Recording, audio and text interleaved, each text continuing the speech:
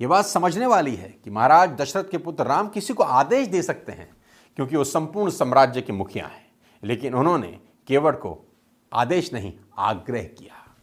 सच में बहुत बड़ा व्यक्तित्व है कि आप अपनी पद प्रतिष्ठा का अभिमान त्याग कर किसी को सम्मान प्रदान करें, जो भगवान राम ने केवट को दिया।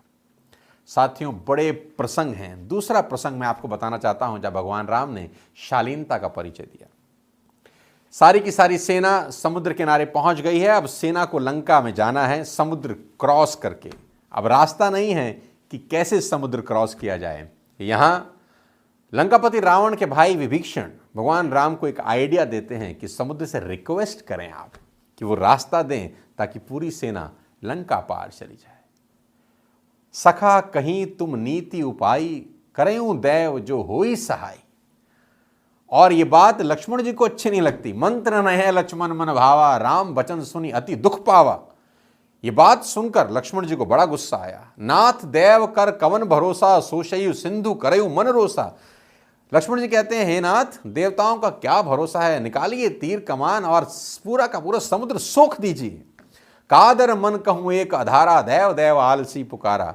कि जो कायर लोग होते हैं ना, वही देवताओं को पुकारते हैं, आलसी लोग देवताओं को पुकारते हैं। इतना टाइम मत खराब करिए। लेकिन नहीं, भगवान श्री राम ऐसा नहीं करते। ताकत होने के बावजूद भगवान राम समुद्र से अनुरोध कर रहे हैं।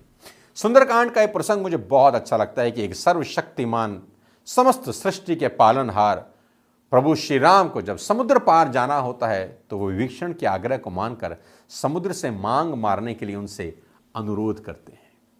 इस बात से लक्ष्मण दुखी भी हैं और प्रभु श्री राम से कहते हैं कि समुद्र से प्रार्थना करना व्यर्थ है, इससे अच्छा होगा कि आप धनुष उठाएं और जल को सोख लें। लेकिन श्री राम ने लक्ष्मण को समझाया कि पहले हमें समुद्र से प्रार्थना करके मार्ग मांगना चाहिए, और यदि उसके बाद भी मार्ग नहीं प्रकट होता तब हम तुम्हारे कहे अनुसार जरूर करेंगे। और 3 दिन भगवान राम समुद्र की आराधना करते हैं, और 3 दिन बीतने के बाद भी जब समुद्र से कोई जवाब नहीं मिला तब भगवान ने धनुष उठाया। इससे सीख ये मिलती है कि सर्वप्रथम सबसे पहले शालीन भाव से ही अपने मार्ग से आगे बढ़ना चाहिए। हमेशा आवाज में रहना, हमेशा आक्रोश में, आवेश में रहना उचित नहीं।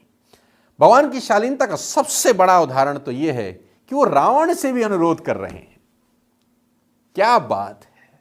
सर्वशक्तिमान, तीनों लोकों के मालिक, उनकी भार्या का हरण हो गया, कितना बड़ा मिसहैपनिंग है, लेकिन वो रावण से अनुरोध कर रहे हैं, दूत भेज रहे हैं। अगर हम रामायण की कथा को ध्यान से देखेंगे कि पाएंगे कि राम ने एक बार नहीं कई बार रावण से युद्ध किए बगैर सीता को वापस करने को कहा। युद्ध करने की भी ताकत भगवान राम में है और जीतने की ताकत भी भगवान राम के हैं, बावजूद उसके रिक्वेस्ट कर रहे हैं। सर्वप्रथम स्वयं हनुमान जी ने रावण से आग्रह किया, उसके बाद बाली पुत्र अंगद जी को भेजा गया। 2 दफा ये प्राइम एग्जाम्पल हैं कि ताकत होने के बावजूद शालीनता बनी रहे। लेकिन जब उसके प्रयासों के उपरांत भी रावण ने अपना हट नहीं छोड़ा, तब जाकर उन्होंने युद्ध किया। हम सभी जानते हैं, स्वयं भगवान विष्णु के अवतार जिनके लिए कुछ भी असंभव नहीं, फिर भी रावण से सीता की वापसी का रावण से अनुरोध कर रहे हैं। बड़े सारे एपिसोड हैं इस पूरी रामायण के अंदर जहां भगवान राम अपनी शालीनता का परिचय देते हैं। ताकत होने के बावजूद कितना कुछ सीखने को है। काश हम सब भगवान राम के जीवन से शालीनता सीख सकें और अपने जीवन में उतार सकें। Thank you so much. जय श्री राम।